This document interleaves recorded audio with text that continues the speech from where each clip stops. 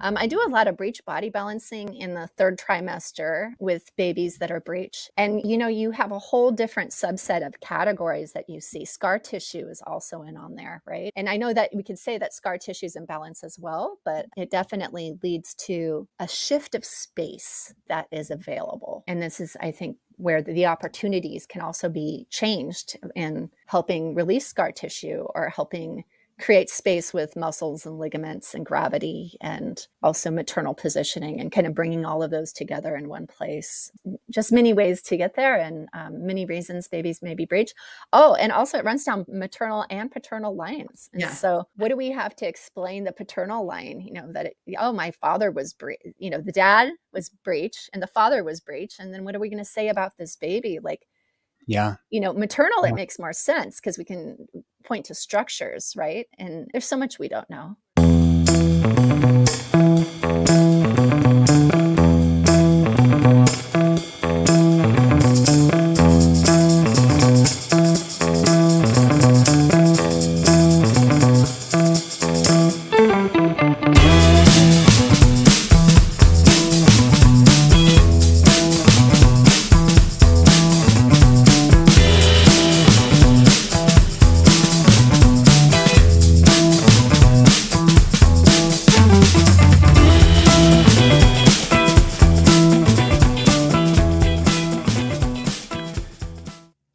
If you're familiar with my podcast, well, first let's start with those who aren't familiar with my podcast. I'm Nathan Riley.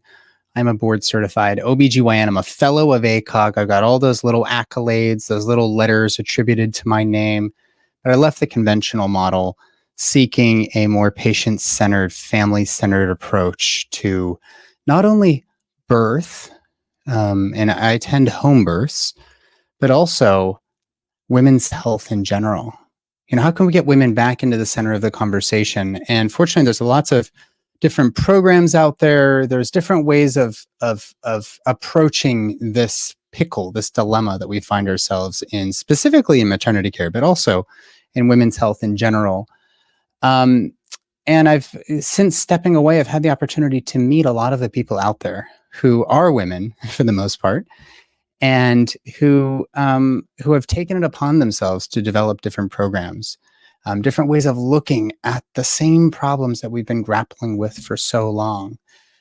And from a maternity care standpoint, I have found very few programs that offer as much grounded support for women who are going to have babies and spinning babies, which was a company started by Gail Tully, a midwife in the Minneapolis region, I believe.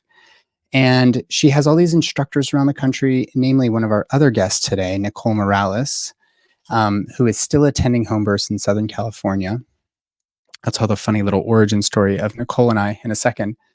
They started this program, which really provides a broad lens as to the importance of how your body, not just the physiology, that too, but also the myofascial connections from the thorax into the abdomen, down into the pelvis, how these different musculoskeletal and myofascial connections can be manipulated, right? Like, we're not just going to look at this simply as a mechanical process, but how can these different alignments and these different connections from the muscle to the integument and connective tissue and fascia, how does all of that stuff orchestrate in order to provide for a mobile pelvis to let an 8-pound baby get out through what is otherwise perceived as a very, very, very small opening? And yet babies do this, right? So if you've never seen a birth, it's pretty remarkable the types of changes that occur in order for this childbirth thing to even happen. But given that your, arm bone is connected to the wrist bone and all of this, we have to consider that your posture, the coordination of these different muscular units, the tension or lack thereof on one side of the body versus another, meaning if asymmetry develops, what if you have an injury to your right leg, could that end up causing some issue in your left arm? Of course it can. Of course it can. This isn't like some sort of super sensory quantum biology thing. This is basic anatomy and the physiology that follows the anatomy. So what is spinning babies? Spinning babies is not a step-by-step protocol necessarily. It is a 15,000 foot view of what has to happen inside of the body in order for a baby to corkscrew its way through the pelvis. And using simple body positioning changes, it will either help, it'll either facilitate, or it can be a detriment to how the baby that you are carrying inside of you ultimately is able to work its way out. So in this conversation, I have the real privilege of having two women that I consider mentors and friends in my studio to talk about what is spinning babies, what can be done about babies that are occiput posterior, what about babies that are breech, what about all of these arrest disorders when a woman is an epidural and she's stuck on her back for hours on hours? How does that become detrimental to this magical mystery of childbirth? We get into all of it. And what I love about Gail and Nicole is that they allow me to push back, maybe in ways that others don't. I challenge this notion of cardinal movements. I know, what heresy. I mean, everything I do nowadays seems heretical. But I'd love to know, like, what is the origin of these practices? And how do we know for sure that every single baby does this? And they do their best to answer that in the studio. So physical movement is a way of nourishing the body. And without it, most of us just don't go on in life living our very, very best. And this is especially important before, during, and after you have a baby. So while we could have gone for 7 hours, we tried to keep this one relatively short. And of course, if you want to learn more from them, you can go to spinningbabies.com or the Restory Birthwork, I believe. I have that right. Let me just check real quickly. Nicole just started a new website, restorybirthwork.com. Nicole is also the author of a couple books. You can find everything that she's put out there on her website. And of course, if you want to meet them in person, you want to actually get your hands dirty with them and really get into the weeds, you're going to have to come out to Louisville August 8th through the 11th for the 2024 Born Free Twins-Breech Conference. Spoiler, Gail and Nicole are opening the conference on Friday.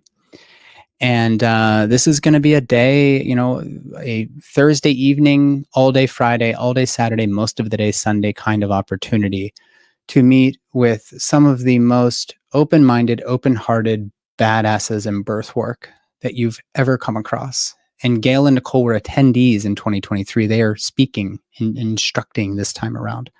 So I feel very fortunate that they trust me enough to bring them into a room of very vivacious and hungry learners in the variety of birth workers, including OBGYNs, midwives, doulas, you name it. We've got a whole cadre of great attendees coming to see not only Gail and Nicole, they're also coming to learn from Stu Fishbein. Bliss Young will be in the house. Rebecca Cohen, who's a local family practitioner who did a fellowship in obstetrics years ago, and she's now doing home birth. There's going to be a variety of other local Louisvillian, if that's even a word, Kentucky, Tennessee, Indiana practitioners who are taking advantage of this opportunity. Some other speakers include Christine Laria, the global midwife.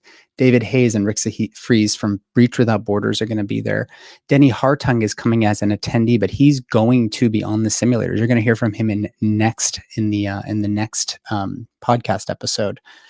He is an OBGYN who works in a hospital, a small community hospital in Western Wisconsin, And in Breech, he's He's doing twins. He's doing it all. And somehow he's managed to navigate the system without punitive measures that a lot of other OBGYNs, especially those in big academic centers, are facing when they try to provide truly informed consent and autonomy, putting their birthing clients at the center of the conversation.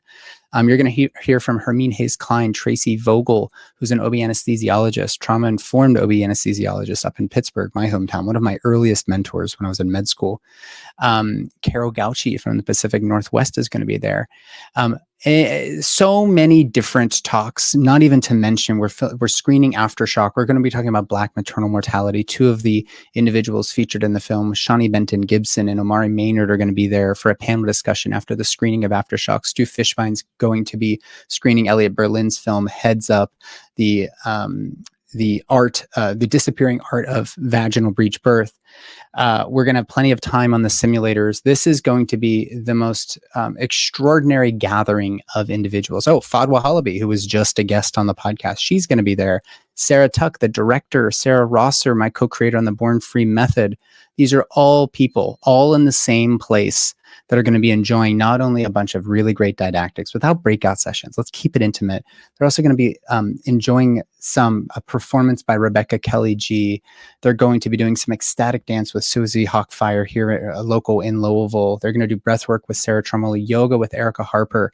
This is going to just be one of those extraordinary events, which is why we're not doing it in 2025. I'm going to take a year off, and we're going to reformulate this thing to do it even better, maybe in 2025.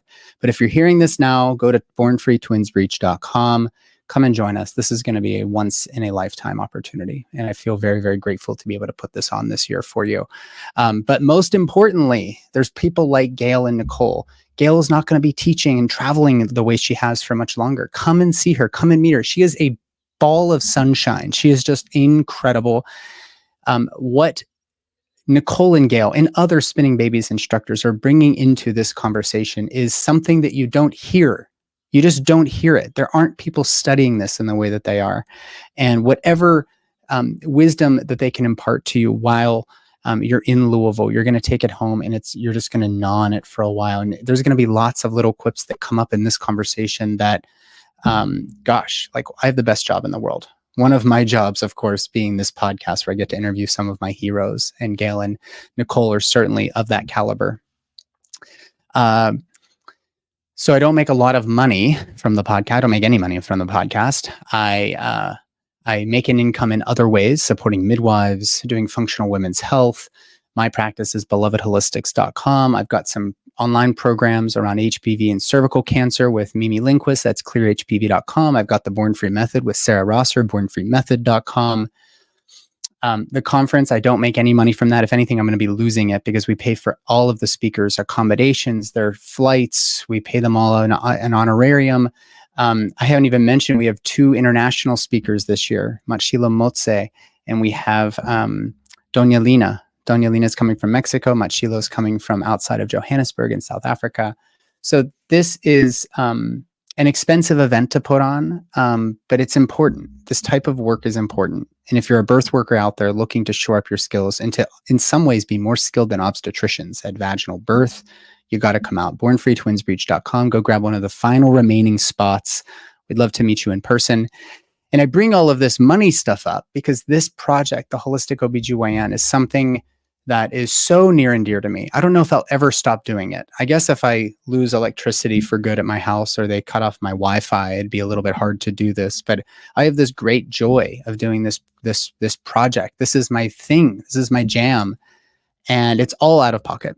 But I have 2 companies that help me keep the lights on. I've really grappled with this podcast sponsorship thing because I don't want to become like a shill for companies. But these 2 companies are doing such great work, and they're small businesses owned by really, really awesome people that I've gotten to know as the owners, and I have zero qualms whatsoever about promoting their work. The first is Immune Intel AHCC. This is a functional supplement, a whole food supplement made from the mycelia of shiitake mushrooms. It helps to boost the amount of NK and T cells circulating, helps to draw in some better connections within the immune system such that your immune system can do its 3 main jobs: fight off infection, heal your wounds, and clear precancerous cells.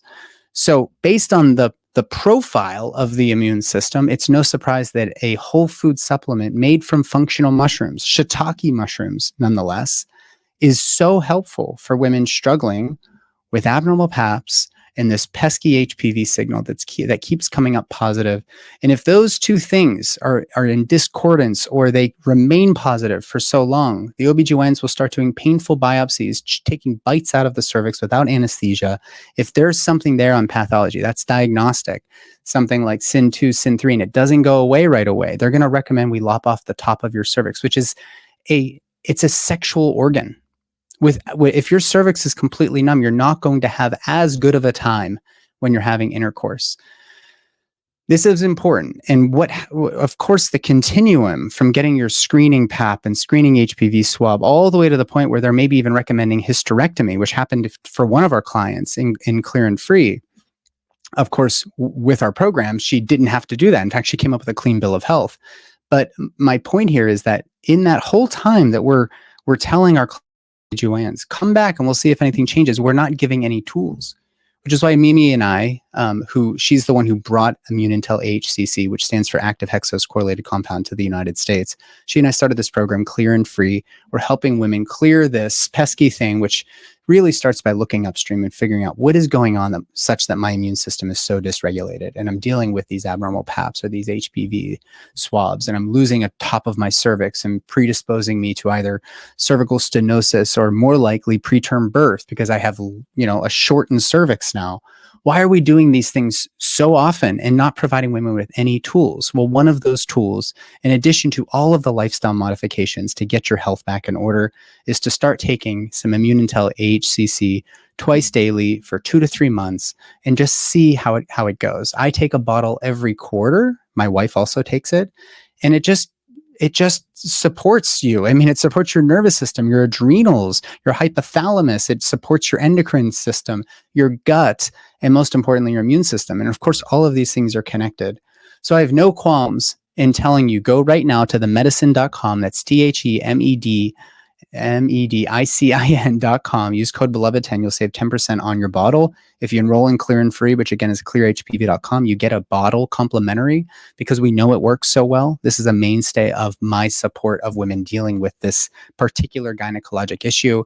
But if you are in our program, you're going to notice your periods get back in order, your thyroid gets back in order, your overall health and experience being here on earth is going to improve.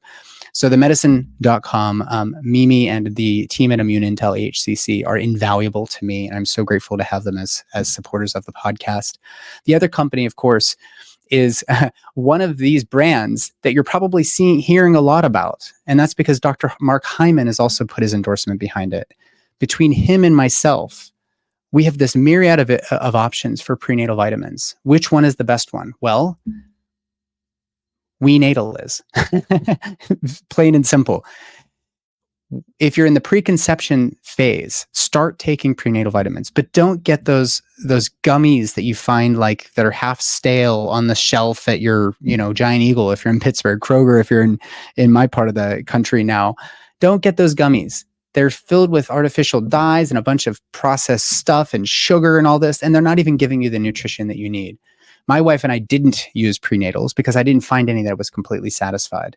And then I've gone through all the top brands, but of all of them, WeNatal is where it's at. They're as eco-friendly conscious, I don't know if that even makes sense, as they are around what they're actually putting into these supplements. They're the highest quality. They send you these little aluminum jars and then sleeves every month. So you're always resupplied. They have his and her prenatals. They're loaded with all of the nutrition. Instead of taking 10 capsules, you take 3 from WeNatal and you get everything you need, 3 a day. As soon as you get that glimmer in your eye, get the best prenatal. If there's no other time to be trying to support your body, it's to get your reserves of all of these micronutrients and vitamins up to as high as you can, because you're about to grow a human, and this human is going to be relying on you to take care of them for the rest of their lives, right? Well, at least until age 18, right? What you put into your body, how you move, how you sleep, how you manage stress, all of that stuff needs to be dialed in as soon as you want to get pregnant. I like to work with men and women 3 to 4 months before they as a family start trying to get pregnant, because I want to make sure that you are optimally healthy so that you can pass on epigenetically and otherwise the healthiest possible circumstances for your child. So there's really no excuse. Had I known about WeNatal when we were pregnant, my wife and I would have been taking this together. Like I said, there's a his and her. Men, you are equally a part of this this conversation. If you guys haven't yet conceived, men, get the healthiest stuff into your body as you can. Stop drinking, stop smoking, start sleeping, doing all of that, eating organ meats, eating cod liver oil, doing all of that, and add on your insurance policy, which is a really, really, really high quality, the highest quality prenatal vitamin.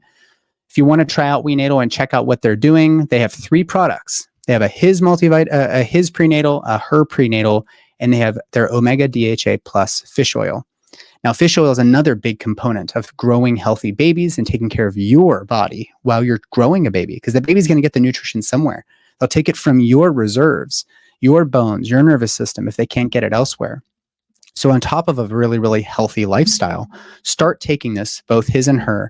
And if you go to wenatal.com/beloved and add a bottle of their Omega DHA Plus to your cart, using my code wenatal.com/beloved, that fish oil bottle is going to be comped. No charge to you, because they care. Because they really, really care. There's not a giant profit margin for this company, but they really, they know, given the owner's experiences with miscarriages and issues in their own pregnancies and building a family, they know, and they're here to do the work in order to get you as healthy as possible as well. You'll also get a nice journal, mind, body. I just love everything about this brand. .com/beloved. Buy his or her or both, which is what I recommend, prenatals, add a bottle of Omega DHA Plus, and you'll see that magically in the cart, the price just goes down to 0. So 5-finger discount for you if you use my code. I trust this brand so much that every one of my pregnant clients is taking WeNatal. Everybody in the Born Free community, again, bornfreemethod.com, my program with Sarah Rosser, the most complete preconception through postpartum program on the planet.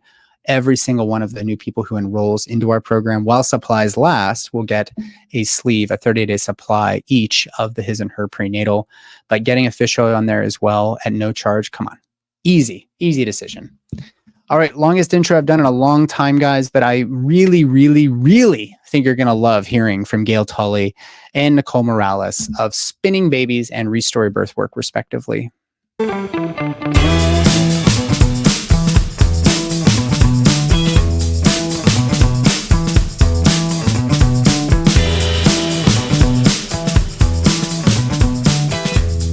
All right, I'm here today with Nicole Morales, Gail Tully. Both of you are going to be in August coming to Louisville to be speakers this year as opposed to attendees at the Born Free Twins-Breech conference. And I wanted to elaborate on a couple of the themes that you guys have been living your lives as midwives and instructors for birth workers, beloved birth workers around the country. So welcome to my humble podcast studio.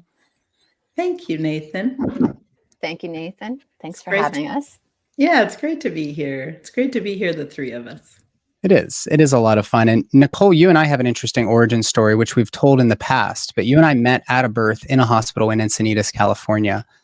And it was like, wow, this woman's really, really cool. And maybe you saw this guy's pretty cool, and we got to be friends, and you've been a mentor to me in many ways, maybe ways that you don't even realize, but you've written volumes of text. And Gail, you've been teaching so many people. And I don't, if I had $1 for every time I heard spinning babies, I'd be a very rich man. So I am definitely honored to have you here and for you being so gracious with your time. I don't think anybody needs much of an invitation to or much of a sort of welcoming to the spinning babies approach, but maybe you could just tell us just a little bit about what spinning babies is and what we're all talking about here with this spinning babies around thing. Yeah, thank you, Nathan, for that opportunity, because I think some people do make some assumptions that we're talking about what we do for babies in fetal positioning. And spinning babies really means the observation that babies rotate through the pelvis, and how can we help fetal rotation be easier so that birth can be easier. We want to facilitate that. We don't want to be the force. We want to be the facilitation. So it's not using the old paradigm. There's some great things in the old paradigm of patience and a few techniques, but we're really looking to shift that paradigm. And just essentially, in a nutshell, it's activating fascia and then thinking in three-dimensionally about the pelvis and how the baby communicates, how the labor communicates, so that inner innate wisdom of the birthing person can arise. We really believe it's there. Yeah. And one of the terms that I want to make sure that we do some definition of terms here, because there is a lot of talk in the interwebs about the physiology of birth and, variations of normal. And I've actually largely stepped away from those terms, partly because I kind of see it as like mechanizing a process that is only so mechanizable, right? And even the approach, so I'll give you just a little push here, even the approach of saying, hey, we want to help facilitate the baby going through. I think a lot of people hear that and they think, okay, there's a step-by-step protocol whereby this baby is going to fit into the, round hole. The square peg is going to fit into the square hole. And if we do these steps, then everything is going to be just fine. But I know that you are going way deeper and beyond that. So perhaps could we unpack, maybe we'll start with Nicole. Let's unpack the whole physiology of childbirth thing, and maybe, or actually, let me give you, Nicole, the variation of normal question. A breech baby, which of course loosely is the head's not down there, the butt is down there, and the butt's going to come through first. This variation of normal thing would tell me that, does normal mean that it's not pathologic, or does it mean it's more common, or like, where did this term come from? And maybe what other language could we use for people to appreciate the nuance here? I think I want to just get into this idea of normal. I first rejected normal. I had to teach normal birth at the local midwifery school. And when I was told I was going to teach normal birth, my whole point was about rebelling against that idea of being able to like confine normal and to being a certain thing. And I actually started to find the blessings of looking at being more attentive to what we usually see as translators between the inner world and the outer world as midwives. And when we began to see the patterns that begin to unfold as baby descends, we can go beyond these definitions that people try to put on this is what normal's birth is. And normal is similar to usual. And also you might have outliers, and you have individualized anatomy, individualized experiences. And so, this idea of normal is more so that we are able to see what is usual, what that we're able to track patterns, track the things that are related to those patterns, and be able to read birth and understand how to come into relationship with somebody. And to me, that is that physiology is not just a mechanistic biomechanics. That's very reductionist. That it also it's more biodynamic. And that when we include physiology, the nervous system, and other components of the rite of passage of birth, all of that makes it much more complex than a medical model version of what physiology is, as opposed to a midwifery-oriented definition of physiology. Yeah, I just posted this little video the other day because I was out at a training week. I don't just do obstetrics and gynecology. I do all this other stuff like anthroposophic medicine and homeopathic medicine. I'm doing a whole bunch of other things, trying to get a toolkit that's broad enough to meet any individual, because every single person who comes to me, oftentimes they've gone through every OBGYN and fertility specialist, and they come to me and I'm like, okay, let's try to figure out what's going on here. If there was a protocolized way of doing it, then we wouldn't have any issues. And furthermore, when I hear the word normal applied to birth, it's like, there is nothing normal. This is extraordinary. This is a overly This is an experience that could be saturated in so much language, despite its ineffability, that for us to, call something just normal, it just sounds so drab. So I'm so glad that we're elaborating on this a little bit. I do think I know what people mean. I think when they say it's a variation of normal, it means that we shouldn't just pathologize it because the baby's butt down. And I think that will suffice. But to then take it one step further, we get into the experience that Nicole, you and Gail and all of your instructors bring into this, the myriad of possible, quote, solutions that we have when, whenever things just don't go as planned. So I want to throw something in about normal. I think what people are trying to do when they call something normal, whether it's breech birth or birth itself or any variation of their own bodies, is they're trying to say, this is safe. And normal equates with safe. And also when people want to stop using a label, I want to stop using the label normal. I want to stop using natural childbirth. I want to stop using physiological childbirth. What are they saying? About every 5 years, we come and we hear the next group of people want to change the language of those that came before, and certain language rises up.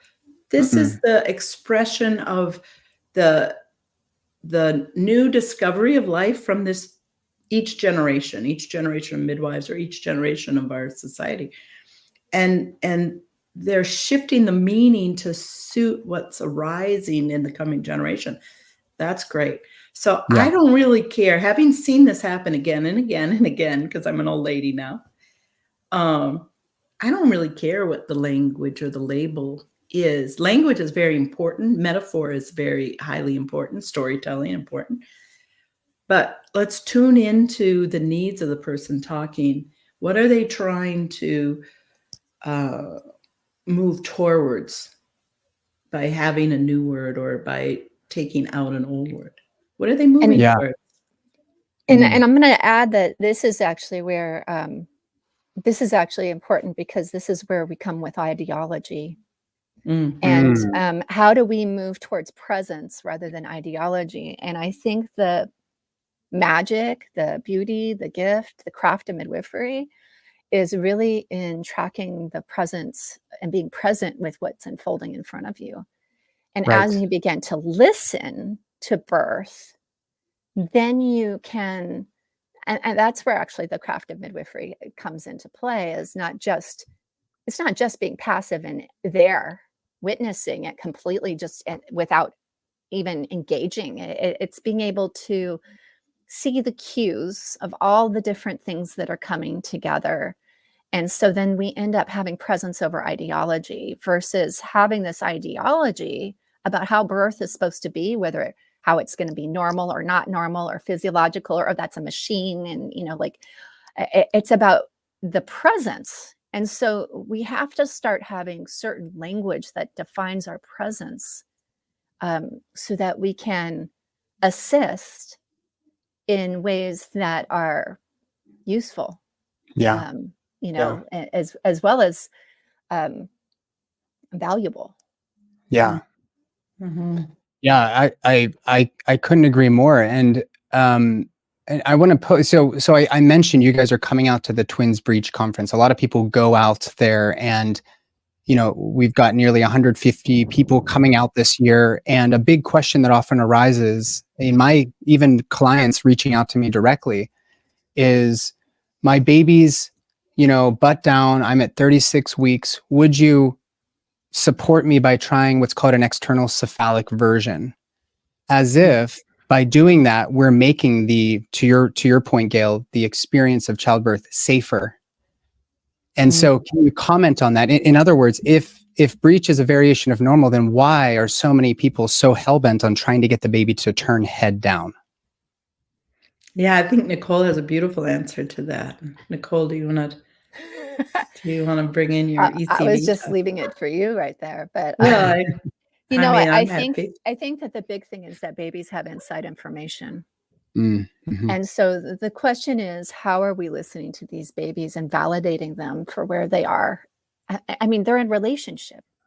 Yeah. to the maternal structures. This idea that fetal positioning is random is an old paradigm. And Sure. I mean, that's one of the beauties of spinning babies too, is just this idea of giving you those essential foundational blocks of understanding how the baby's in relationship with the maternal structures.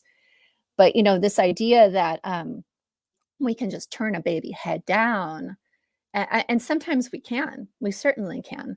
But I think we have to start from this place of validation and realize that some babies are breech because, I don't know, because of potential shapes of uteruses. Some babies are breech because I believe there's imbalance in the body, and this is the easiest way for this baby to fit. And sometimes it has to do with a missed opportunity, or who knows, maybe there's so many other spiritual reasons, or, I mean, we can come up with our whole list, of how it's equated with thyroid and all these other things.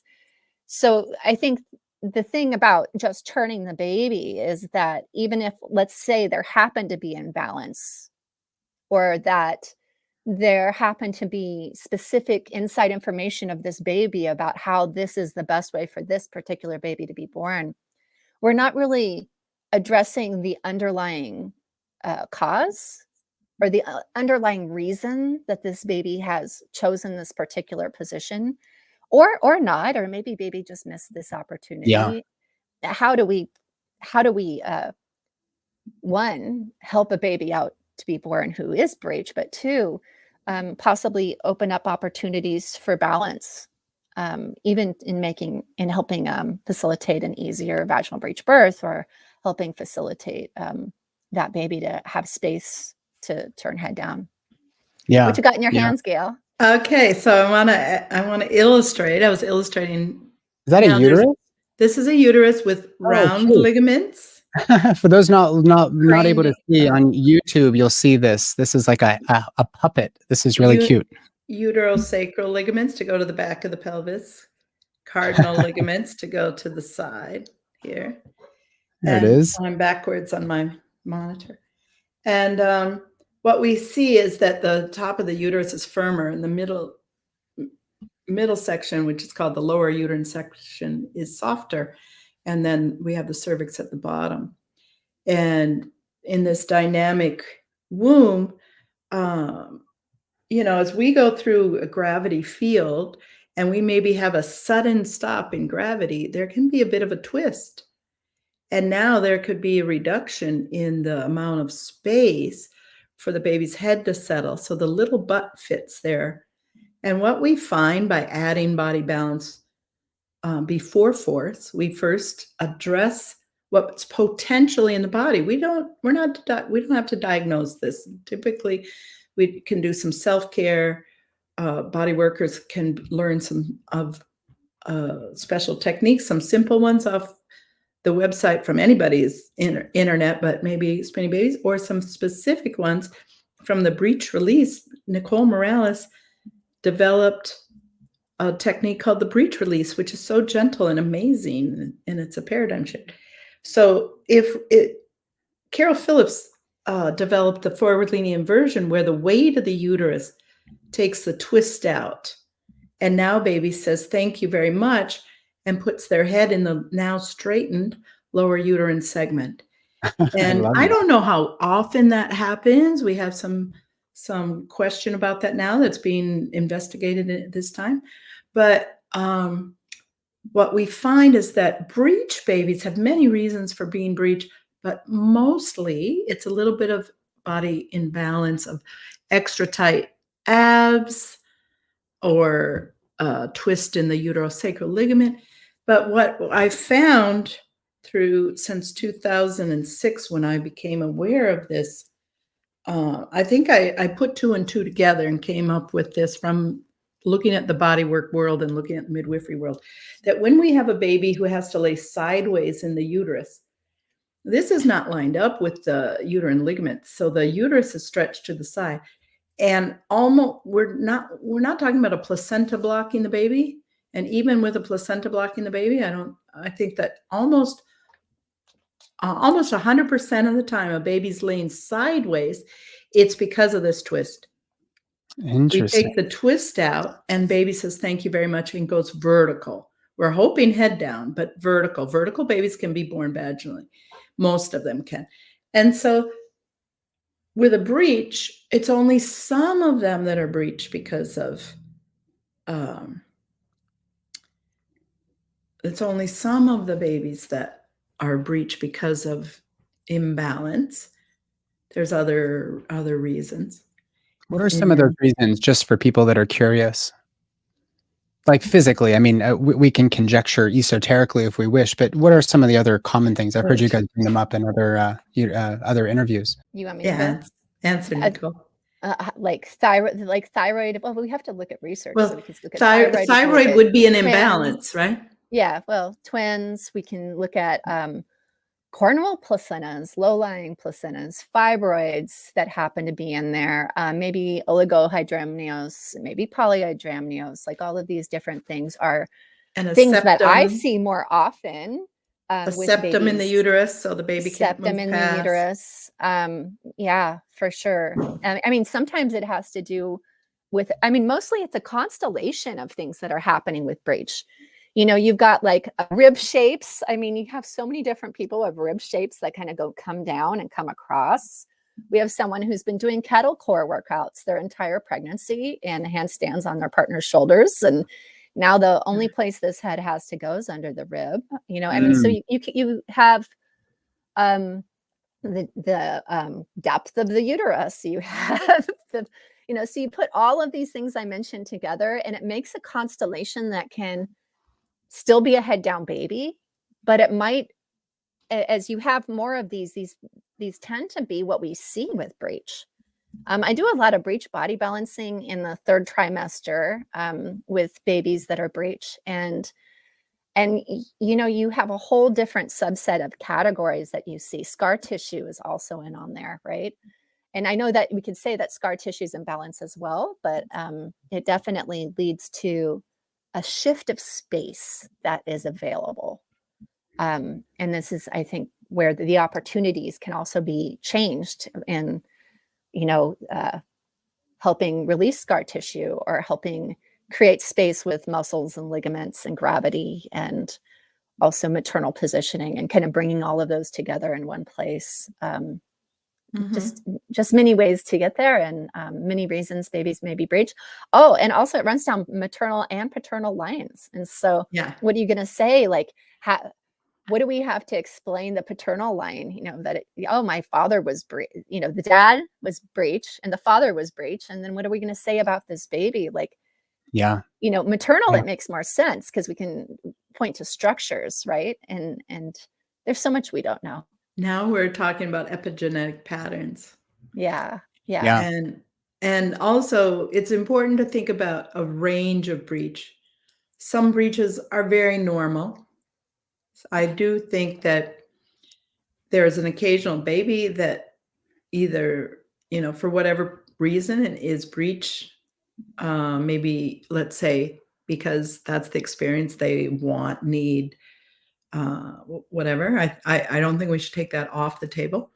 But by far, we see that when we look at the level of body balancing that Nicole Morales has introduced, that Carol Phillips introduces, or Adrian Caldwell, we see 70% of breeches going head down.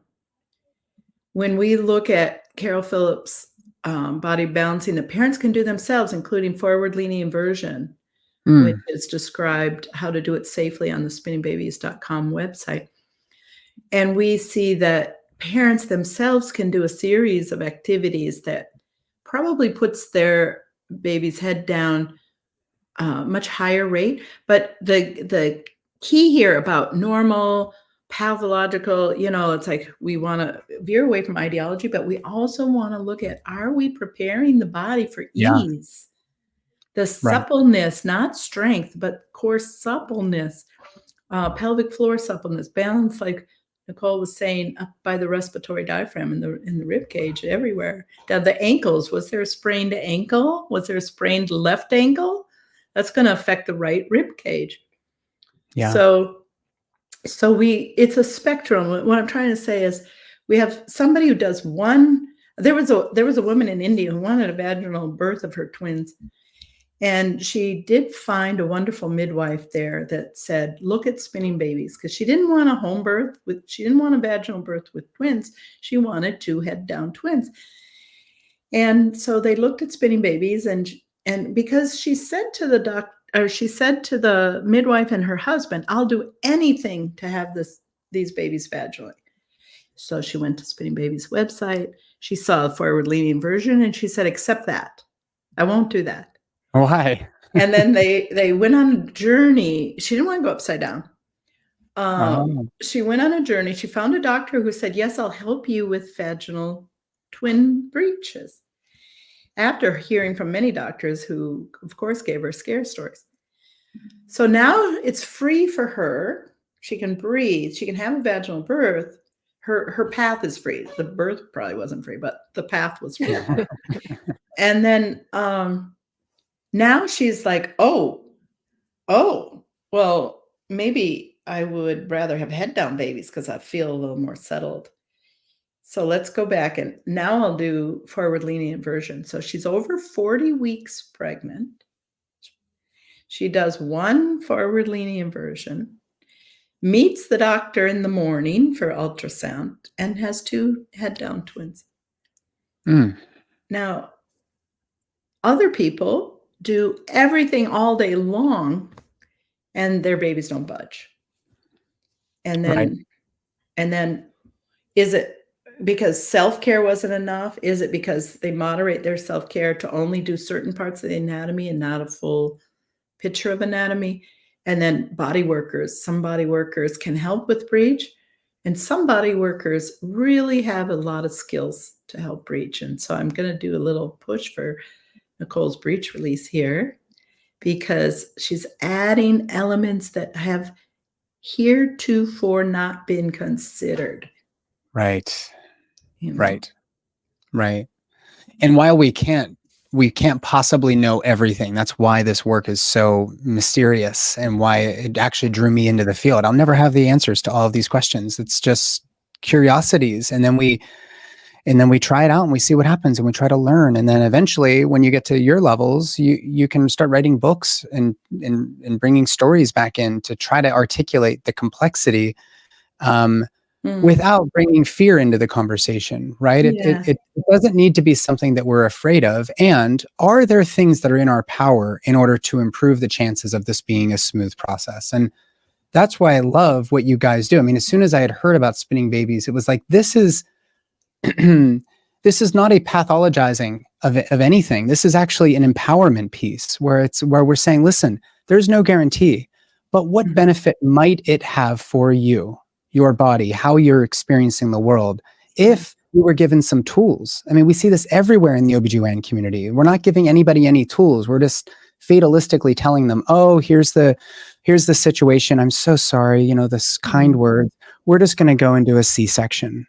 Versus, hey, what if we tried all these things and it didn't work? You still may, be offered that C-section, but maybe we get a percentage of those babies that do turn, or even if they don't turn, maybe the body's actually just better able to have a relatively, I don't want to say an easy birth, but a smoother birth experience. I mean, that's really what is to gain. There's almost nothing to lose. So I thank you. And Carol Gauchi, who you guys are, I'm sure friends with, she had said, when we were preparing for the conference in August, she had said, I think about this breech thing a lot, in very much the Carol way. She was like, sometimes I think that some babies just want to have their ear closer to mom's heart. I'm like, that's exactly right. Like, why not? Like, why isn't it possible that the baby, to Nicole's point, has a little secret, and for whatever reason, they're just more situated in that position? Fair. And sometimes the babies turn at the last minute. I've seen babies turn in labor. Sometimes it's just, it's just what happens. So maybe we can shift to, so in order to appreciate how babies move through the pelvis, I was taught about the cardinal movements. And this is something that has been passed down over the centuries at this point. And I got to tell you, I'm not sure how we know that a baby goes through all these movements. And if we, again, are going to protocolize it in 7 steps, Well, let me say something. As I think Nicole's getting her doll and pelvis. Is that true, I'm Nicole? looking. I haven't been in my office. I've been traveling. So I wanna bring up two things about that. First of all, I'm not anti-protocol. Protocol is a developmental step. It's a safety step, and but it can lead people down the wrong path, but it can be a lifesaver. So we have to have the nuances about protocol. Sure. And practice protocols until we're either able to transcend them or we're in a set, because being outside a setting where you don't have to use them is not enough reason to reject them.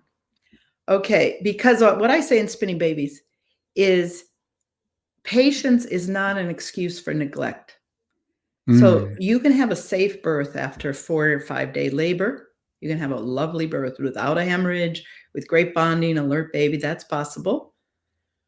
But being able to hear and respond to the signals of labor is going to prevent the situation where that was neglect, only because we didn't know the signals, only because we didn't know physiology, and we were hanging on to midwifery, as it has been called. Magical thinking. Yeah. And okay, so that's my little thing on protocol before we get away from that. And then the cardinal movements, how do we know? They're in the 1800s, in the 1700s, the midwives were teaching birth process with models that they sewed out of leather and straw, right? And then in the 1800s, the doctors were trying to figure it out with corpses, unfortunately, but that's what they had.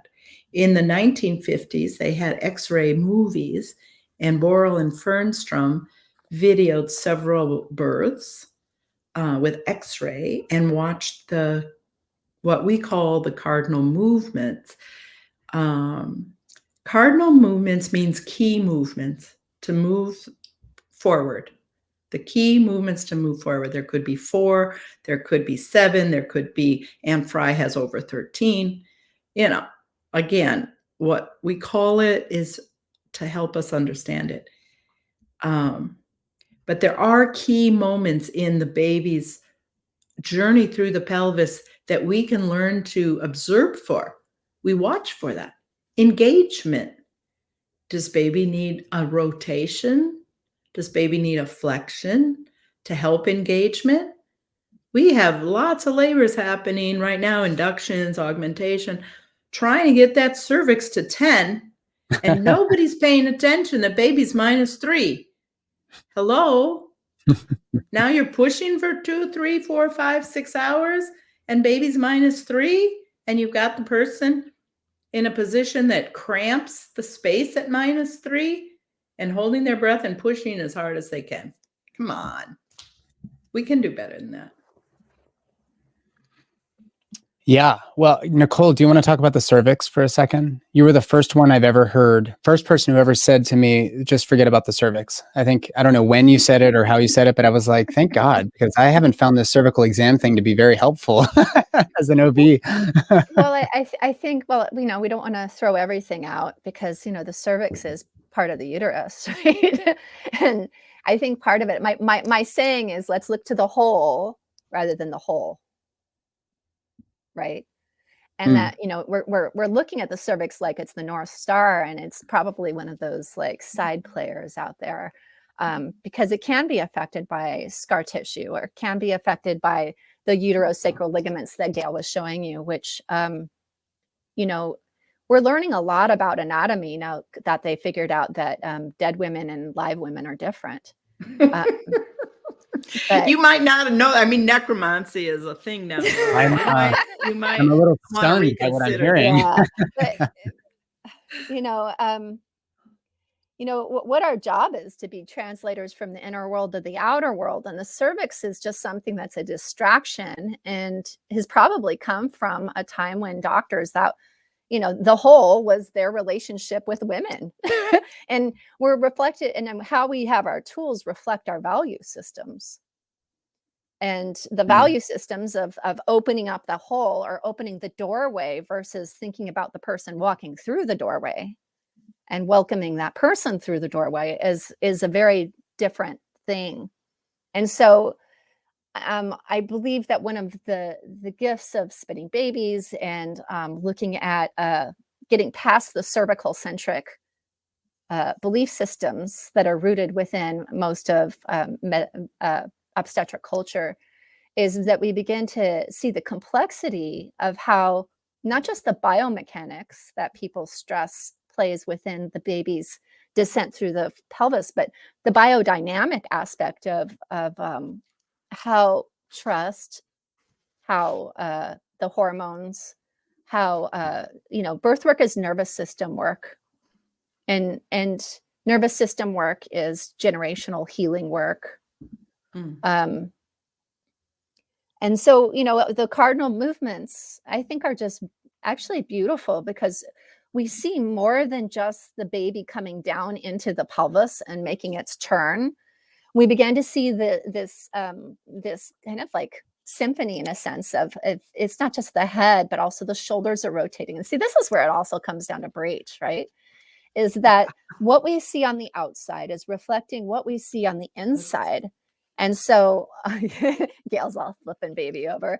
And so as we began to see like certain things with the rumping or the asymmetrical rumping of the baby, we understand that something else is happening inside to not just, with the trochanters themselves, but with the bicercomial diameter. We understand something else is helping with the head, and that all of those are flipping through the levels of the pelvis. And so we can track these vaginally, but we can also track things by understanding that the anatomy that the baby's putting pressure on, it's all about relationship. We have a relationship that's happening between the maternal structures in this baby and the dynamic positions and the care of the nervous system. So we know that not just the bum comes through, but the baby begins to rotate as it comes on through, with the chest being the rotating wedge. And then we begin to see the head. The head also rotates through the pelvis to be born, not just for the head down baby, but for the breech baby. And I do believe that's undervalued for those who have found certain breech complications. You'll find the head and the transverse diameter or the oblique diameter at times. And we've got to, as midwifery goes, we're into, I like the term restorative midwifery, not just for restoring the nervous system of the physiology of the craft of midwifery, but also in restoring the mechanisms for this baby. And knowing like that there's small interventions we can do to help out with babies that are stuck. There we go. Everything's backwards for me, so I'm not. Well, for those who are just listening, if while Nicole was articulating that, Gail has a pelvis model and a baby and is showing the cardinal movements. But the reason I asked that is because I love questioning things that have been presented to me as dogma. And I found an old midwifery text, which is probably written by a guy. Yes, it was Alfred Galliban, MD. This is published in 1886, a manual of midwifery. And he talks about the cardinal movements of labor, but X-ray wasn't even developed until about 10 years after that. So I do think when we're looking at a breech, you can actually see, in some ways, David Hayes is right. It's like, it's nice to have a breech because you can actually watch some of these movements happen with a breech. But with an otherwise cephalic birth, you don't really get to see a lot of that until the head is emerging and swooping under the pubic bone, and then you get to see some restitution and whatnot. So I like to ask these questions because I like for us to think about, like, historically, where did we get this notion that the baby goes through all of these movements every single time, which of course you guys know they don't. But you brought up a term, asynclitism, which I think is a really great next conversation piece. Because asynclitism. Okay, yeah, let me answer your first one before. Let me address, sure, because we all have our own answers within us. But in addressing the idea of the cardinal movements, and in midwifery, of course, I'm a midwife, so I love midwifery. I chose that path. But because it's not 100%, we love the outliers, midwives and radicals. We all love those outliers. But I really want to bring in the value of what is usual. The cardinal movements are usually done now a certain way. Now, after many babies have come through particular pelvis, the anatomy might not guide the baby in that particular direction. Is there a compound limb? Then the baby has to accommodate the compound limb or the twin. And so we might not see exactly those cardinal movements. We might see some variation. So tone of the anatomy of the soft tissue pelvis is going to, any extreme changes in tone, way too tight, way too loose, we might not see some things. But before we throw the cardinal movements out with the bathwater, then let's think about what are we learning? Because first of all, the cardinal movements have their disadvantages in that somebody is trying to figure out a line. So let's realize, okay, we have a limited description of a spiraling motion through a bony and soft tissue pelvis. So here are the key things that I brought forward to look at with the pelvic level solutions. And that is to see, is baby doing the next descent? It always confused me. Descent isn't a movement. Descent is a result of the cardinal movements. It's not a cardinal movement, but anyway, it's listed. And I have a lot of issues with cardinal movements, of the 7 cardinal movements, but what are they trying to teach us? We're trying to teach us that there is an expected spiral through the pelvis, and that when this is happening, when flexion and rotation are indeed happening, we're going to get descent to the next level of the pelvis. So please, let's look to engagement before we start looking at the cervix. The cervix can give us clues. The cervix is valid. We don't ignore it, but it's a clue like any other clue. It's a clue to look at engagement. But is the body, these two bodies in their relationship, is engagement happening? And at what time, and what are the conditions that engagement is or isn't happening? Wow, now we have a lot of information. We've asked a question we haven't been asking enough. We're waiting to ask that question until after pushing. Let's back it up. This is so vital for VBAC birth and vital for breech and vital for posterior and vital for birth. Is engagement happening? Is rotation, internal rotation, happening in the mid-pelvis with the pelvic floor? What can the pelvic floor? The pelvic floor, not the bones, invites rotation. In the books in 1850, it was said, maybe I have the date wrong because it was Smelly who said that it was the ischial spines that caused rotation. And I always like to make a little joke in my workshop where I'm walking into the door frame and I can't get through that door. The door frame doesn't guide me through the door. But the pelvic floor is a mobile, undulating funnel that is shaped in such a way, like a calla lily blossom, to guide baby's parietal bone through the next level of the pelvis and rotate it to the oblique so that we know baby's navigating the mid-pelvis when we see the presenting part in the oblique. Or, if somebody's doing a vaginal exam, which in 30 years, I think I did 30 vaginal exams. I mean, practically. I don't do them very often anymore. That's for sure. Yeah. Because it doesn't tell me really, it doesn't really tell me as much information as we're led to believe, right? Once in a while, when the signs of labor and the sounds of labor and the progress of labor isn't making sense, they're not coherent, There can be some Bingo. there can be some use of an internal exam, but when we have 4 million births happening in one country in 1 year and people are on shift work, vaginal exams help the staff in an institution not miss something. It helps the midwife at a home birth who's going into a second night of being awake not miss something because they're now hypnotized and sleep deprived.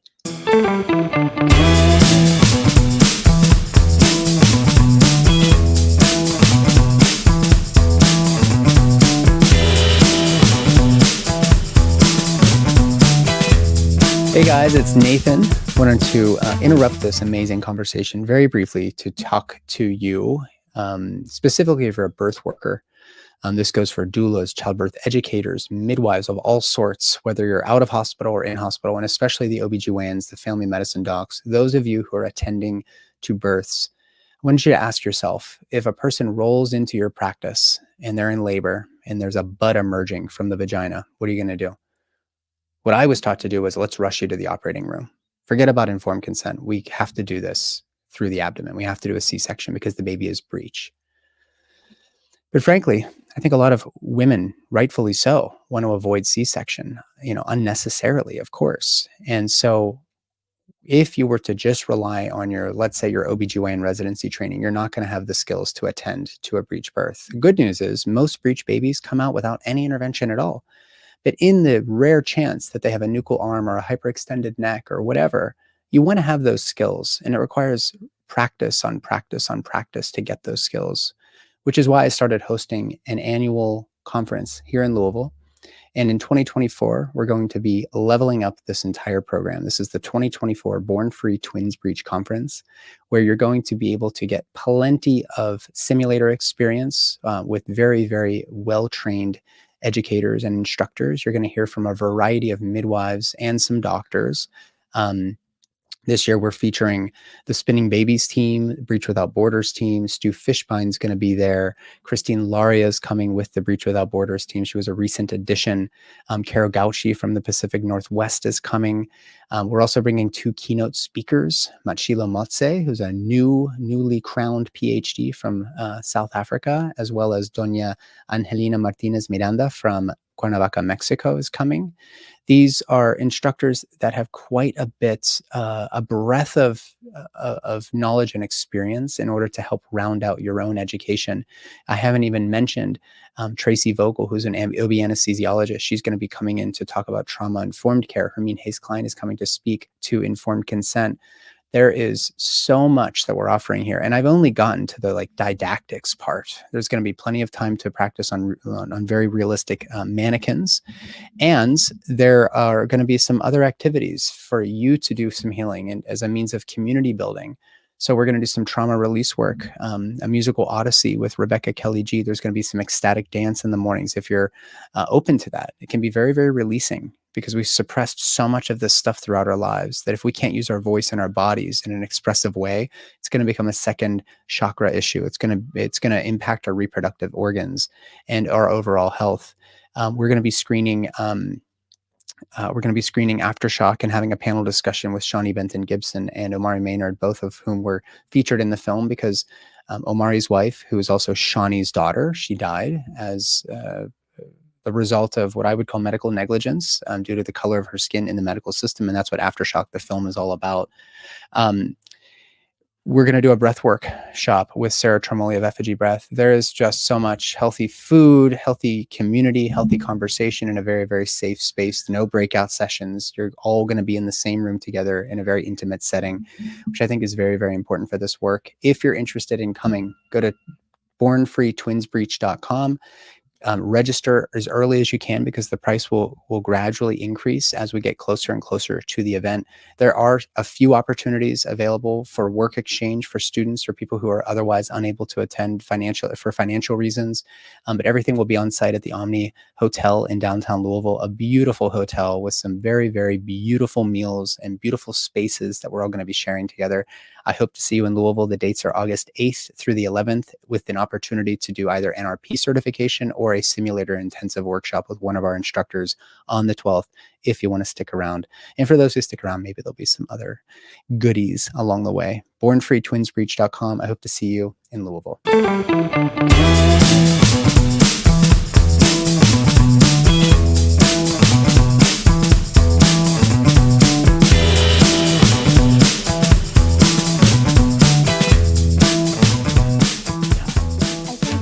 About redefining what the cardinal movements are in the sense of how we see the clues and put the clues together.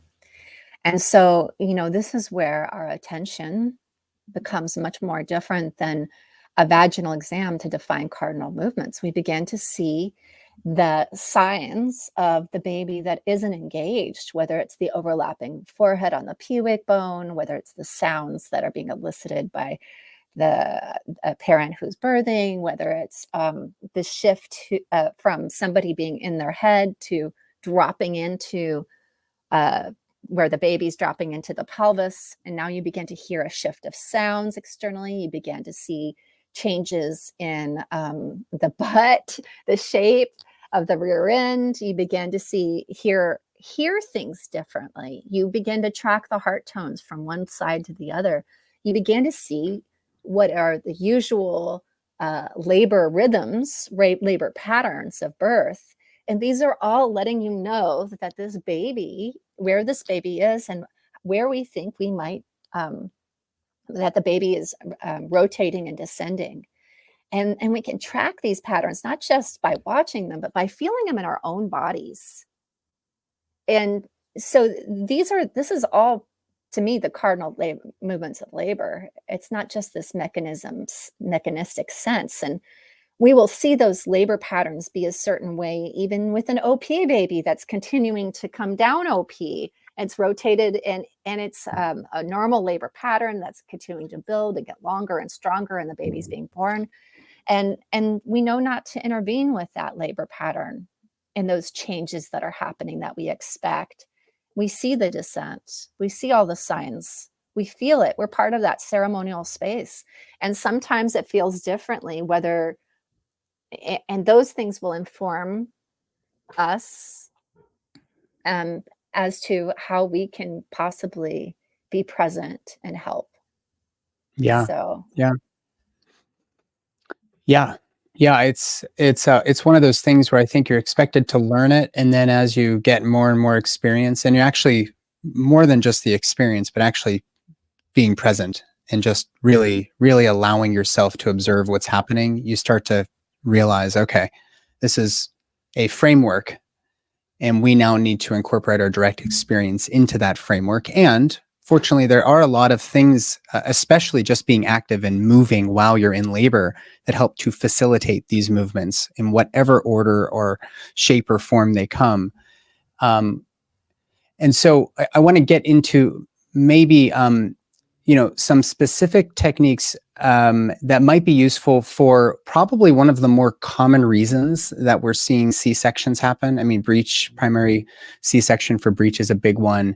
The non-reassuring tracing is another, but then sometimes babies get kind of stuck and their head's kind of cocked in one way. I personally believe it's when we push things along a little bit too quickly. We artificially rupture membranes. We do those types of things that a baby actually will almost rapidly descend in such a way that they get kind of stuck. To your point, Gail, they kind of get stuck in the doorway and their head is off kilter a little bit. We call this asynclitism. Can you talk a little bit about that and what some of your techniques might provide as a means of remediating asynclitism? Yeah. And again, I wanna invite us to think about saying that it's due to medical interventions. Those will exacerbate. Is that a word? Exacerbate. Exacerbate. I need a rebate on that word. Definitely. You whether you use a physiological technique or a medical intervention, if there is a severe imbalance or issue that might cause an asynclitism, you'll see it sooner.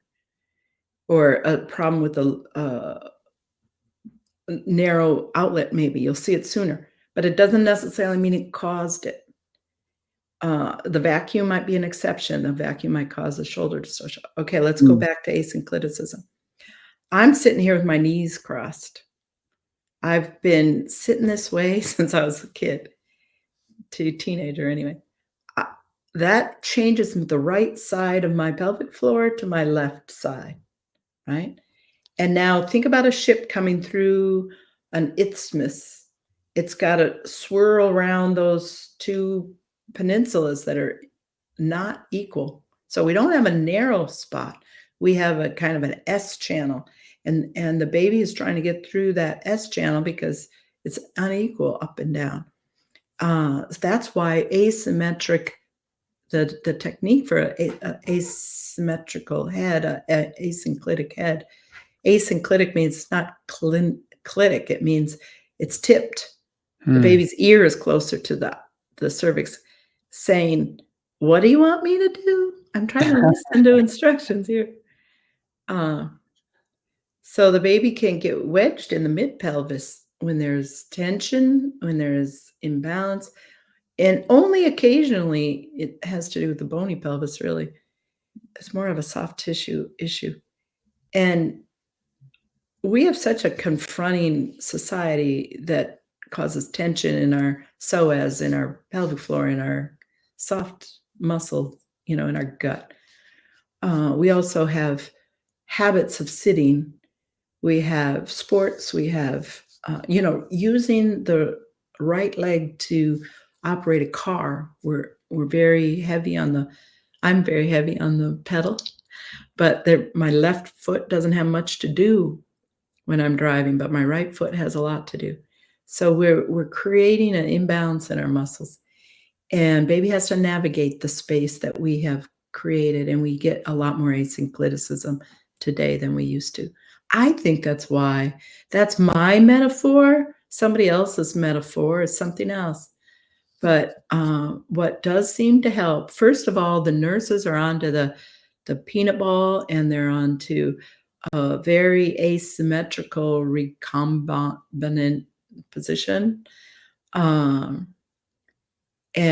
But what we found through the grace of Dr. Carol Phillips is the sideline release, which is an adaptation of some bodywork technique that has been refined for childbirth. Anybody can use it. You'd love how it feels on your pelvis, Nathan. It just makes walking like you're walking on clouds after a sideline release.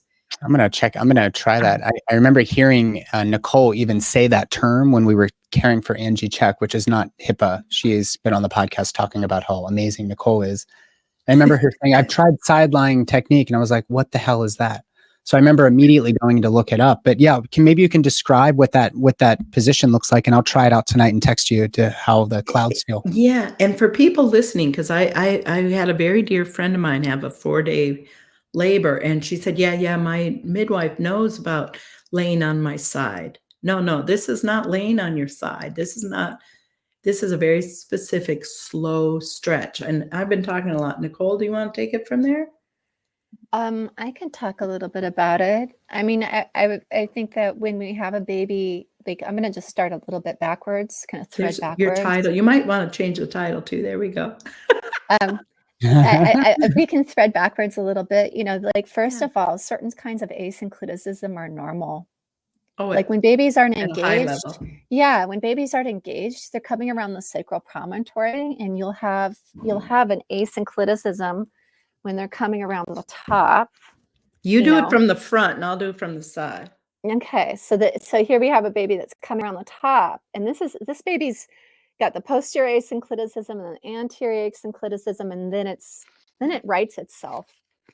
Now, sometimes you'll have a baby that's been for a while in a pendulous belly, and you could have torticollis for that baby, and that's been through pregnancy. And so then this baby is more likely to be asynclitic because the head is already, the neck muscles are affected. You also can have a little hand friend for the baby. which can also cause some Meaning symptoms. you may have to describe what you're A nuchal saying. hand. Here A we nuchal are. hand on the Yeah, face it's a little and right on the hand cheek. friend. Okay. I probably had one because it's like a habit of mine to put my hand here all the time. Me too. Maybe that's me too. Yeah. So, but that can also be part of what's coming through the presenting. So that sometimes that'll affect the synclitism and sometimes it won't. But as the baby gets down on the pelvic floor, one thing is they could already be flexed and then the pelvic floor is just threading through. And sometimes the pelvic floor muscles, let's see if I can do this. I don't know if I can. It's what I have available in my office is a ring sling. But if you think about these pelvic floor muscles on both sides, it's hard because this is like backwards. And one side of the pelvic floor muscles can be really tight and one side can be really loose. And so as the head comes down on top of that, when one side has different tension than the other, the head has to thread through those pelvic floor muscles rather than just come down upon them, flex and rotate.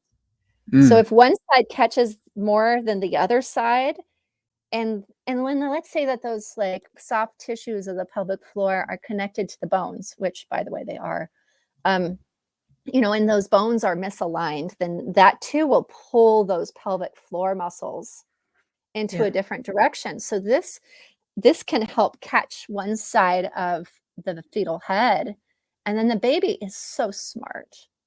I mean, asynclitism is just a really smart baby that's trying to find its way through the passageway that's available. Let's kind of say that, rather than like, let's fix the baby. Let's say that, oh, the baby has inside information. And so when we come down to a baby's head that's at this baby seems to be like kind of like jam -2. Maybe. There's an image now on the screen for those listening. If you want to see it all on YouTube, we need visual. Yeah, it's a great visual. It's implying that it shows the axis of the baby's skull, and it's implying that the parietal eminences, which are, if you feel the back of your head, it's where little kids wear ponytails. It's where there's a corner of the head, and the left one is your key to birth, and that's the one that comes through the pelvic floor most typically in a body who's had some suppleness and balance. It's most typically the left parietal bone. Now, in this picture, the idea is that in this baby, we see a asynclitic posterior baby whose left side is lower than the right side. The left side of the head, the left parietal bone is dropped down, the right parietal bone's higher. And while that would be normally the case with the LOT baby, that would then turn to LOA, this baby, in a posterior baby, and this is not a medical diagram, but in posterior baby, that's going to pull the baby more posterior and reduce the chance of rotation to anterior, and maybe not be able to come through the pelvic floor without some softening. How do we soften the pelvic floor? We can a deep water immersion. Well, first of all, sideline release. So if you're thinking, I need pain relief, I want to get in the tub, please do a sideline release first. And then maybe contractions stop for a short time. Don't leave the birthing person, because the next phase is going to be pushing. And because sideline release works that way. It sounds like quite a bit of what's responsible for some of these, quote, problems as the baby is trying to navigate its way through the pelvis is related to spasticity, or an inability of one or both sides of the pelvic floor to relax. Maybe we can talk a little bit about making the pelvic floor a little bit more supple through not just movement practices, but also breath. I've heard you guys talk about this quite a bit. What can a person do to maybe practice relaxing? It's not really what I'm trying to say. Through a more, how can they use breath work? How can they practice breathing such that they don't end up with a rock hard pelvic floor? And the reason I say this is that where I met Nicole, Encinitas, California is the Pilates capital of the world. And I can't tell you how many women there look fit, they feel fit, they're aerialists, they're Pilates experts and whatever else. And yet their pelvises are completely rigid, solid, such that in the very best case scenario, it's a very protracted or prolonged childbirth experience. When and when you observe them, you notice that they developed this breathing pattern in their chest. So how do you counsel women in preparation for birth from a breathing standpoint that might actually alleviate some of the pressure on their pelvic floor so that these types of things don't evolve? That was a big question. We've got some indecision between who's going to answer that. I'm going to choose. Yeah. Okay. Well, I was going to say that most people have been breathing their whole life, so they're pretty good at it. And that, I don't necessarily subscribe to a specific breathing exercise, just so you know. However, I will say that breath is amazing because it has to do with shifting the pressures between the different cavities of the body. The way that I typically elicit help with breath is when someone's doing a breech tilt. And so we'll find that with a breech tilt, where the head is lower than the feet, and they're on an ironing board or a hillside, however people do it, I will elicit people's breath, because you'll find that the shift of pressures for this baby come from within the body itself. And what we do know about breath, because I'm just going to tell you what I know about breath, because I can't say that there's a right or wrong way to breathe, Sure. but that we have as above, so below. And so you have this dynamic upper diaphragm being the respiratory diaphragm, and then you have the lower diaphragm being the pelvic diaphragm, aka pelvic floor muscle complex, elevator ani muscle complex. And they're kind of like these two jellyfishes, as my friend Jamie Mose has them. And they reflect each other. That breathing happens for both, as the, and this is partly the space that the baby is utilizing as it comes down. I do believe breath shifts space, and I do believe contractions shift space. And I have to say that my go-to for the pelvic floor is, doing sideline release, compression on the pelvis, and, maybe even releasing the obturator internus. But, it's not just, I don't work as much just with breath, but that respiratory diaphragm is part of the upper part of the cradle, Right. for the space for the baby, and especially for the breech baby. The head gets up in that area that is adjacent to the respiratory diaphragm. Gail, do you have anything specific you want to say that's a little more profound? Well, nothing that's more profound. Maybe something that's more simple. Burn the bra. What contracts our rib cage? Yeah. Now I couldn't do it because there's a certain size breast that you might want a bra for comfort, but there's then you have to get a really good extension, maybe 6-inch extension for pregnancy, because the rib cage is really designed to expand. And by letting those jellyfish of the ceiling and the floor move together, then that's going to expand the ribs. It's going to move your breath through your pelvis. We've been focusing, I think, or I guess Nicole addressed it too, but we've been addressing like a release of what's too tight in the pelvis, as well as respiratory diaphragm, jaw, feet, calf muscle, cranials. In the self-care of spinning babies, it's pretty much in the torso and the legs, but it goes through the whole body. The need is in the whole body. And so the breath is there. And the more we learn, next week I go out to Heart Math Institute. I'm going to learn some more breath. Ooh, I love that. Yeah, I'm excited. And I guess when this airs, it will have been last May. Yeah.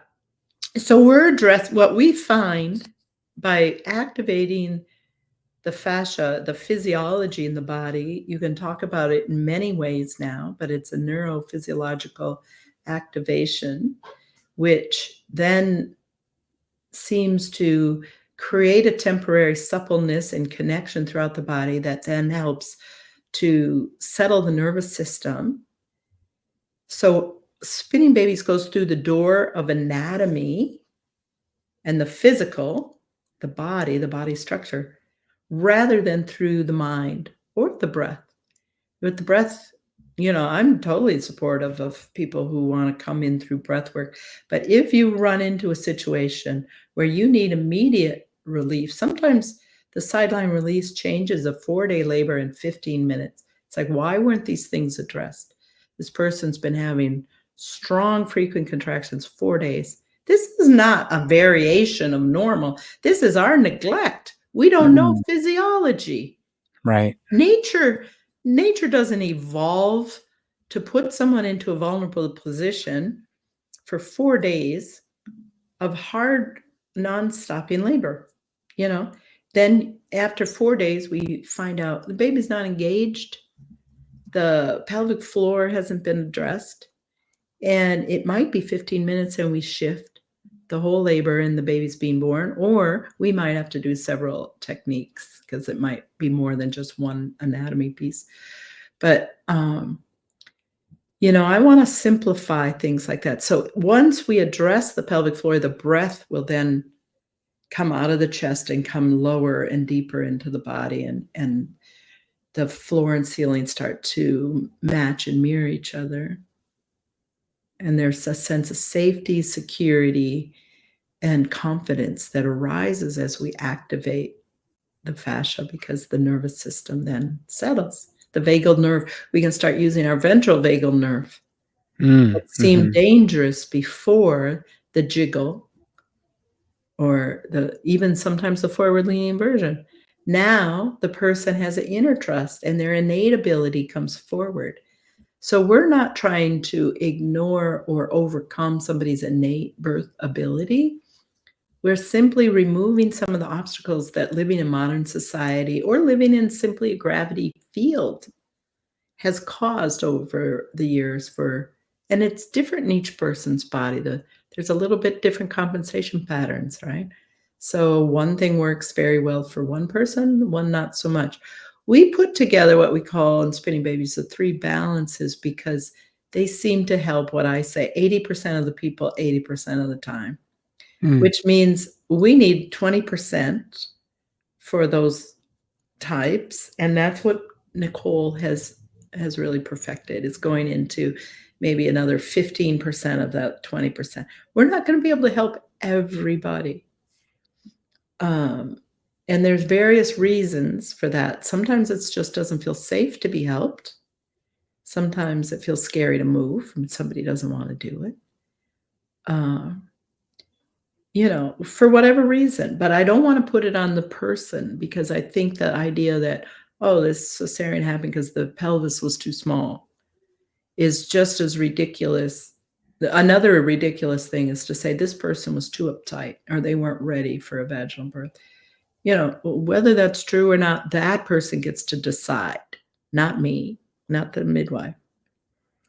I want to learn what I can do to facilitate without overcoming, to activate physiology before force is necessary to save a life. And it seems to be pretty effective. Yeah. Not 100%, but pretty exciting. Yeah, I've got one. I appreciate that, Gail. And I've got one more question, which is going to be related to making a person feel safe in this process, which is what I think the primary role of any birth attendant is, truly. And that doesn't mean you put implements in place in order to keep a person safe, but more importantly, do they feel safe? And so you mentioned a little slice of polyvagal theory, some ventral vagal activation, which is actually really well done through the breath. It's something that's free, as Nicole mentioned. We've been breathing our whole lives. You should be pretty good at breathing. And what I'll add to that with regards to the Pilates thing is that if you're keeping your belly rock hard at all times, you're not getting the full benefit of a deep breath. And that pressure can only go one place, down into the pelvic floor, which is why I think I was starting to notice that trend. But yeah, activating the vagal activation, especially the ventral vagal, which is above the diaphragm, is the only way for a person to really feel safe. And breath is a really powerful free tool that anybody can start to use right now. But beyond that, as a final question for both of you, how do you, in your own personal lives, and then of course I want you to be able to talk to people about where they can find spinning babies and do training and whatnot, but as a person, as an individual who's being granted this privilege of being in the birth space, what are some things that you do in order to make a person feel safe? Nathan, we can't make a person feel safe. So let's encourage a person to feel a little safer. That's right. Feel safe. Feel safe.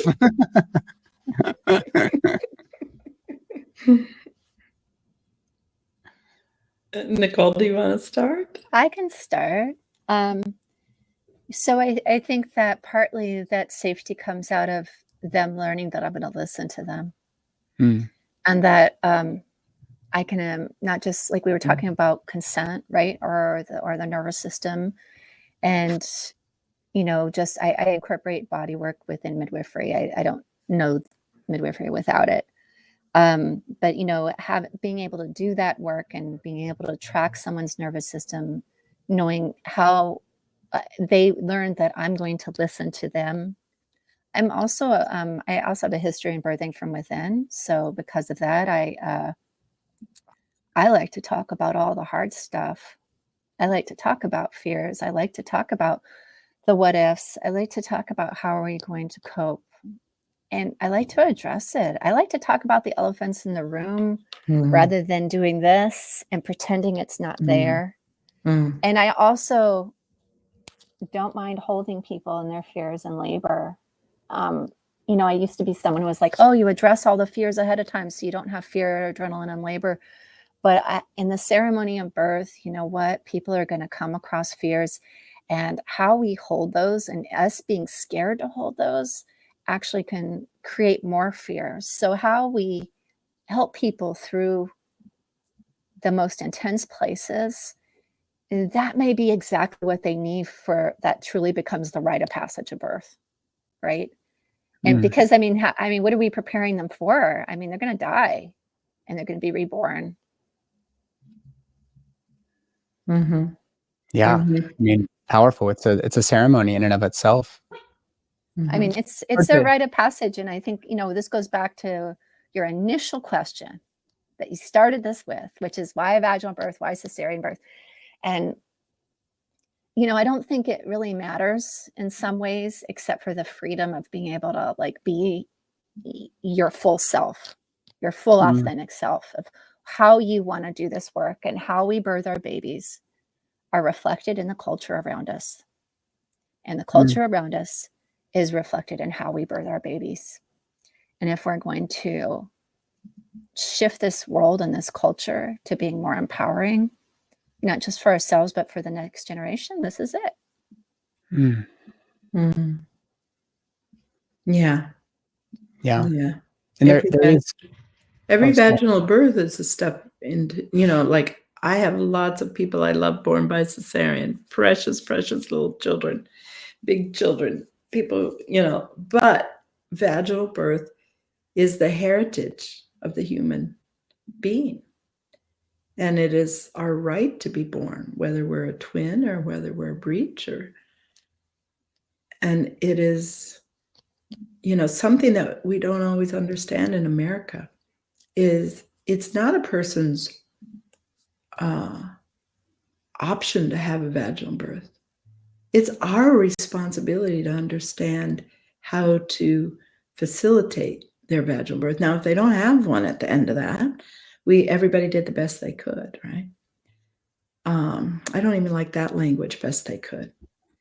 But the point is, in the UK, when they're talking about breech birth, they're putting their heads together and saying, families are coming and asking for breech birth. What can we know about breech birth to do this better? How can we bring a team together? How can we transport better when the baby doesn't come down? How can, like, what can we know? In America, it's how do we stop them from wanting to have a vaginal breech birth? What the hell? Yeah.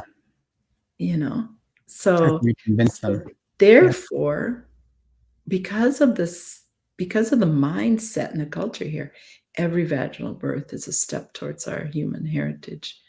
And then there is an awakening in the brain on how to parent this child that happens through vaginal birth.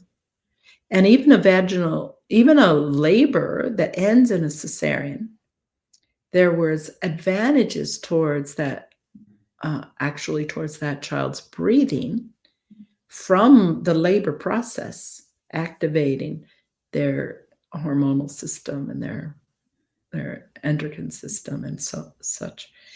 And so, and some people can have labor. I get all that. And they need to be protected and honored for the journey that they're on. But as a provider, it's unethical for me to ignore the fact of vaginal birth and the advantages of vaginal birth for our species. I was writing in restorative midwifery. I have like 13 restorative midwifery principles, and I get into the nervous system. And for midwives, I talk about, the F's of fight, flight, freeze, fawn, and forget. And this aspect of how we're forgetting as a nervous system response. And, how do we name what we're doing is the first step, as a culture, as those who are helping people birth.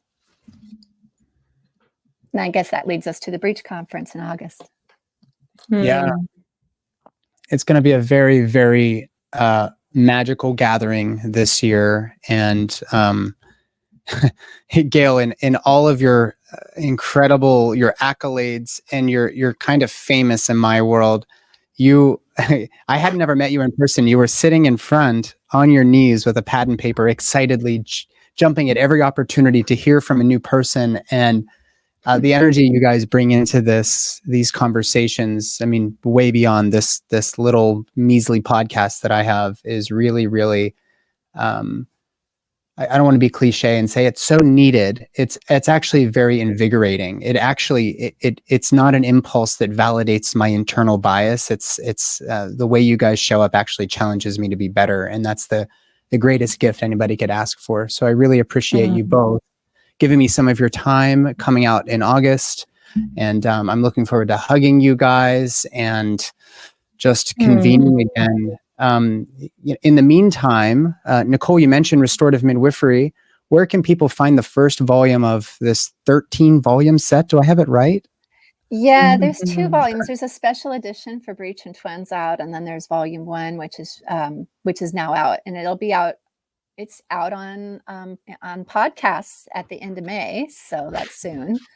And and yeah, they can go to restorybirthwork.com and they'll find out about the breech release and resolving shoulder dystocia and breech basics, which there's the book. Gail brought it out. But resolving shoulder dystocia and breech basics are classes created by Gail Tully, and that teaching in collaboration with the other work. But the restorative midwifery is all about the layers of stories we tell ourselves about birth and that we carry as birth workers.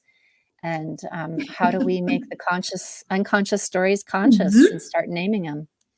Yeah, that's amazing. So Restory Birthwork is the website. Restorative Midwifery, a birth worker's guide to becoming. It's available everywhere. We'll have some copies, I think, right, Nicole, at the conference? We sure will. Amazing. Yeah. Amazing. And Gail, I think one of the funnest things, and I hope people listening get so excited about this part that they sign up and come, is that Nicole and I have such a rich relationship with one another. That I got to meet her as she was a brand new midwife. at a breech conference that Rick Safries was a big part of.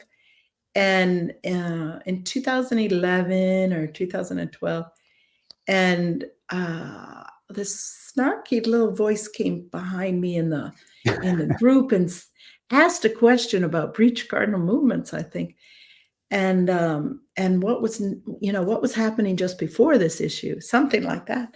And I turn, and there's Nicole Morales with electrical sparks coming out of her head that talk to me, and I say, "There's the future of breech birth in America." Ooh, She's heck of an the endorsement. one. She's the one. And she had no idea what I was talking about. And California went illegal with breech at home from midwives. Craziness.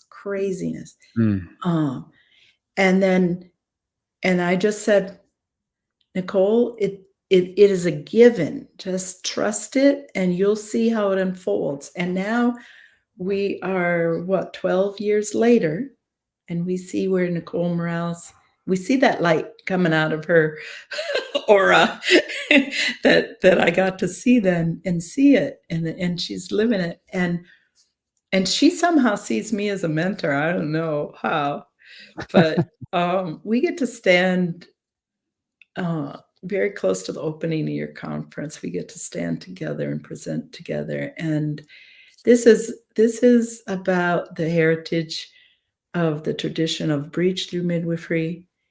This is about three-dimensional birth viewing.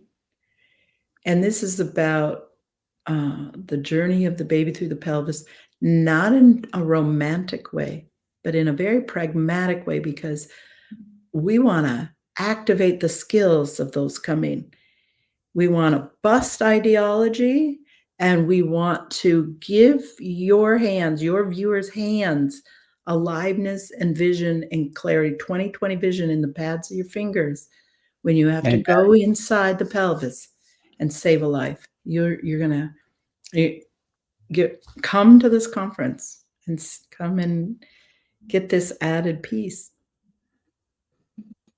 Well, thank you for that endorsement. I hope people will attend. We're at the time of this recording, we have, something like 12 spots left. So, okay.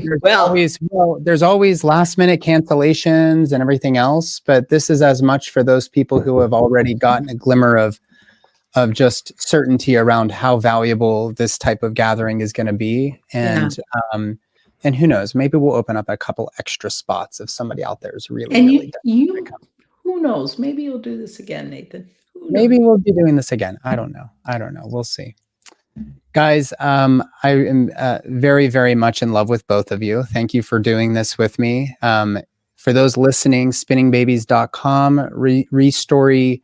Oh gosh, what is it? Restory midwifery, is that right? Sorry. Yeah. Restory birthwork. If you want to find either of these ladies, and I was typing away all the references and things you guys were referring to. We'll have it all in the podcast description. I wish you guys both a very happy. There's the book. Gail's got it up. I wish you guys both a very happy Monday. And I already told you this, but happy Mother's Day to both of you. And I will see you guys in August. Okay. Thank you. I look forward to seeing you. Thank you for having us, Nathan. And thank you, Gail, for all the compliments. They just are what it is. Nicole's going to be floating up over the La Jolla Cove like a blimp later because of how warm she's feeling. All that inflation from Gail. Actually, she's going to go climb under that quilt. She's going to go climb under that quilt and hide, because any kind of attention like this makes her what? You put your face on a t-shirt. Gail's favorite midwife or something like that, just to cover off. She'd have a whole list on there. Yes, I'd have lots of people.